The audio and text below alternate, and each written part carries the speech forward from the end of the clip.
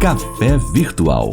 Apresentação: Regina Helena. Um programa da Sexta Igreja Presbiteriana de Uberlândia.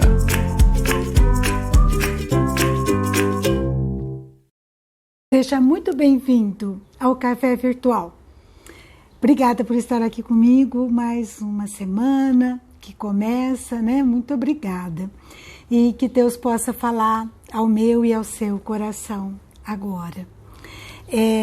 O tema que eu escolhi para hoje é escolhendo melhor as minhas lutas. Sabe por quê? Um dia eu estava muito triste, né? Um dia desses. E puxaram meu tapete, eu fiquei muito triste, irritada. E eu contei para a Débora. A Débora é minha conselheira, né? E ela me escuta com muito carinho, né? E ela me disse assim: mãe, escolhe melhor suas lutas, mãe. Senão você fica triste. E eu também. Aquele jeitinho dela carinhoso, né? Doce de ser. E eu fiquei pensando, eu falei, Débora, é verdade. Eu preciso aprender a fazer isso, né? E por isso que eu gostaria de trazer esse estudo para vocês. Paulo, ele diz lá em 1 Coríntios 9, 26, que ele tinha foco na luta dele. Ele diz assim: assim corro também eu, não sem meta. Assim luto, não como desferindo golpes no ar. E eu pensei, eu estou fazendo isso, eu estou desferindo soco no ar, sem foco, sem objetivo. Isso só me traz canseira e me desqualifica, né? Porque às vezes a gente fica brigando por porcaria, por coisa que não vale a pena, perdendo tempo, não é verdade? Por exemplo, Pedro, levado pela emoção, quando Jesus estava sendo preso, ele cortou a orelha do soldado. Jesus precisava de defesa? Precisava de alguém ali para defendê-lo? Não, Jesus é o Senhor dos exércitos. Mas Pedro, levado pela emoção, fez isso. E a gente também, às vezes levados por emoções, por motivos, às vezes até egoísta, né? A gente começa a lutar por motivos errados, né? Levados às vezes por ira, por raiva, né? Por vaidade, e não pelo Espírito Santo de Deus. E isso vai nos esvaindo, vai tirando nossa seiva, nossa força para lutar pelo que realmente merece ser lutado, pela missão que Deus nos deu, né? A gente começa a inverter valores. A gente faz do aliado inimigo e do inimigo aliado. Vou dar alguns exemplos. Às vezes a gente luta para agradar o outro, para agradar pessoas, né? E não a Deus. Às vezes a gente luta, né? Assumindo assim os problemas de outras pessoas. E a gente sofre porque a gente não dá conta. As decisões, o agir pertence a ela. E a gente quer resolver o casamento do outro, o problema do outro. Nós não somos deuses. Nós podemos aconselhar de acordo com a palavra e orar. E entregar nas mãos de Deus. Outras vezes a gente luta por achômetros, né? A gente despreza quem não pensa como nós. Não admite pensamentos diferentes. E nisso a gente vai perdendo o foco, né? A gente vai lutando, às vezes, um contra o outro e não contra um problema que precisa ser tratado, ser resolvido. Outro exemplo é luta entre os líderes da igreja, que está um desgaste, que está mau exemplo, né? São brigas inúteis que nos afastam de Deus, né? E reduz a nossa visão do nosso objetivo, do nosso foco, daquilo que nós precisamos estar empreendendo as nossas forças. Essa semana eu li um escrito de um rapaz, né, num grupo, e ele escreveu o seguinte: ele foi criado na igreja evangélica. É um grupo que não é da igreja, né? Com outra função. E ele escreveu o seguinte: Eu percebi que aquelas comunidades que deveriam ser hospitais para almas quebradas se tornaram-se em museus de pessoas supostamente santificadas. Um rapaz que cresceu na igreja, mas se decepcionou, porque ele viu líderes lutarem entre si por vaidade, por poder. A igreja deve ser uma agência terapêutica de Deus na terra. E Anselm tem alguns livros sobre isso. E um deles, ele diz assim, que a igreja tem que ser um local para a gente estender a mão para o mundo ferido. Um local para a gente berrar nossas dores, nossos arranhões, nossas fraturas expostas, né? Um local para nós sermos orientados, consolados, né? Para que oremos pelos outros e também que outros orem por nós. Um local em que um encoraja o outro, né? E um local em que nós nos reconhecemos como pessoas fracas, vulneráveis, carentes um do outro. Quando a igreja se acomoda e fica insensível à luta, à dor do outro, né? Ela vai se tornando só de aparência e acaba se tornando uma arena de competição, de legalismo, né? Uma arena de egos inflados, né? Ela começa a se tornar raquítica, ela vai encolhendo, vai se tornando menor e ela não cresce.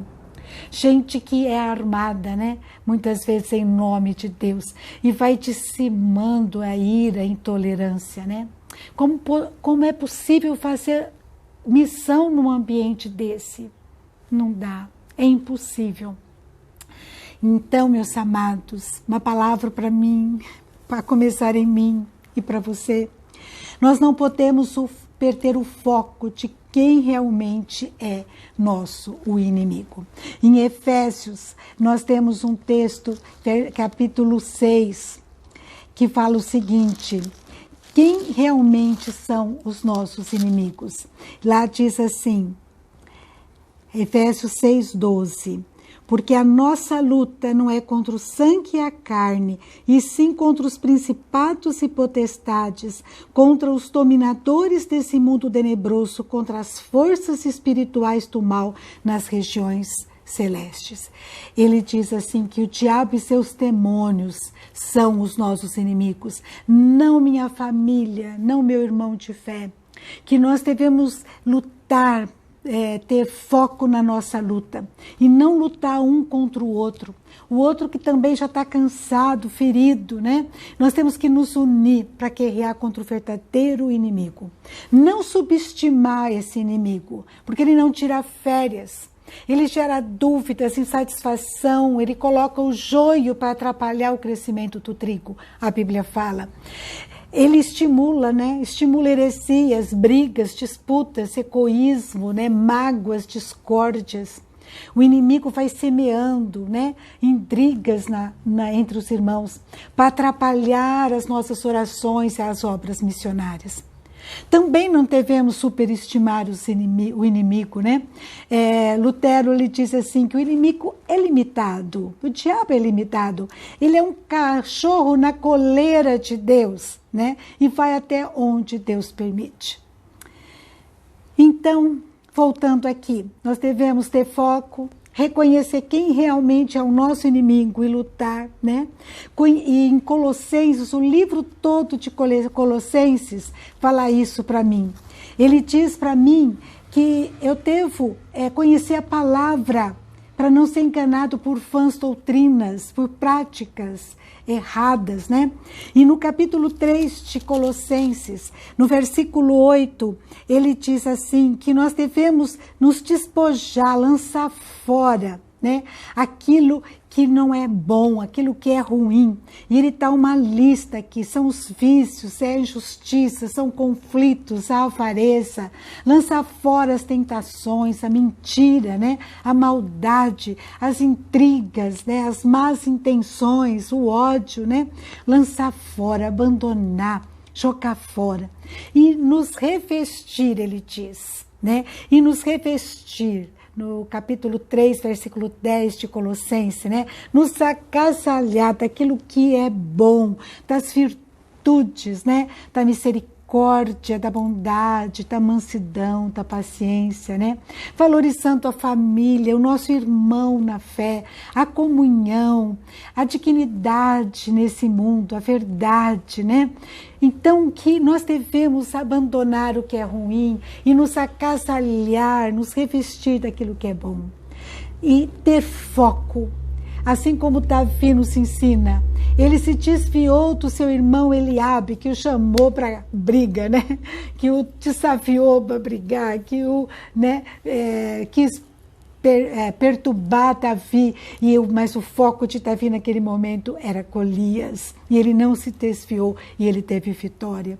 Ele também não se desviou do foco de temer a Deus, de buscar a vontade de Deus, quando ele tem oportunidade de matar o rei Saul na caverna, e ele corta o tecido da roupa de Saul, para mostrar que ele podia fazer isso, ter matado Saul que estava distraído na caverna, e ele não faz por temor a Deus.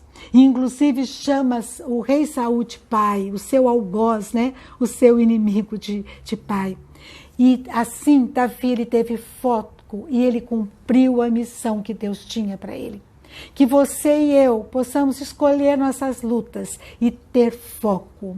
Terminando lá em capítulo 4 de Colossenses, versículo 17, Paulo diz: atenta, presta atenção, Arquipo, para o ministério que você recebeu do Senhor, para o cumprirdes.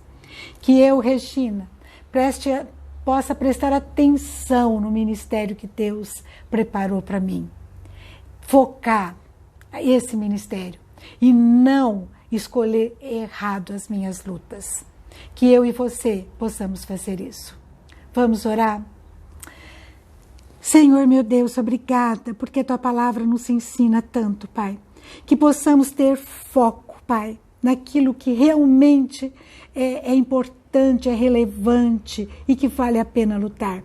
Que possamos, Senhor, nos despojar, abandonar aquilo que não convém, aquilo que atrapalha a nossa relação contigo e com o nosso próximo, com o nosso irmãozinho de fé, Pai. E nos revestir, Senhor, do amor, da misericórdia, para que possamos cuidar um do outro, meu Deus, para que possamos nos perdoar, ter misericórdia, ter amor, para juntos, meu Pai, juntos como família biológica, juntos como família na fé, lutarmos pelas lutas que merecem e precisam ser enfrentadas, Pai, por nós, sob a Tua direção, sob a Tua orientação, Senhor, sob a Tua força, meu Deus. Ensina-nos a fazer isso, meu Deus, a cumprir o Teu projeto, o Teu ministério, como o Senhor nos ensina, como o Senhor preparou para nós, desde a criação do mundo. Obrigada, Senhor, por não desistir de nós. Obrigada por estar sempre nos ensinando. Eu te agradeço, Pai, e em nome de Jesus. Amém, Senhor. Amém. Que Deus abençoe você e a sua casa, que tenha um dia sob a direção dele, uma semana, de modo que agrade a Deus, escolhendo melhor suas lutas. Que eu e você possamos aprender isso, a ter foco no que Deus quer para mim e para você. Até mais, então. Até a próxima, se Deus quiser.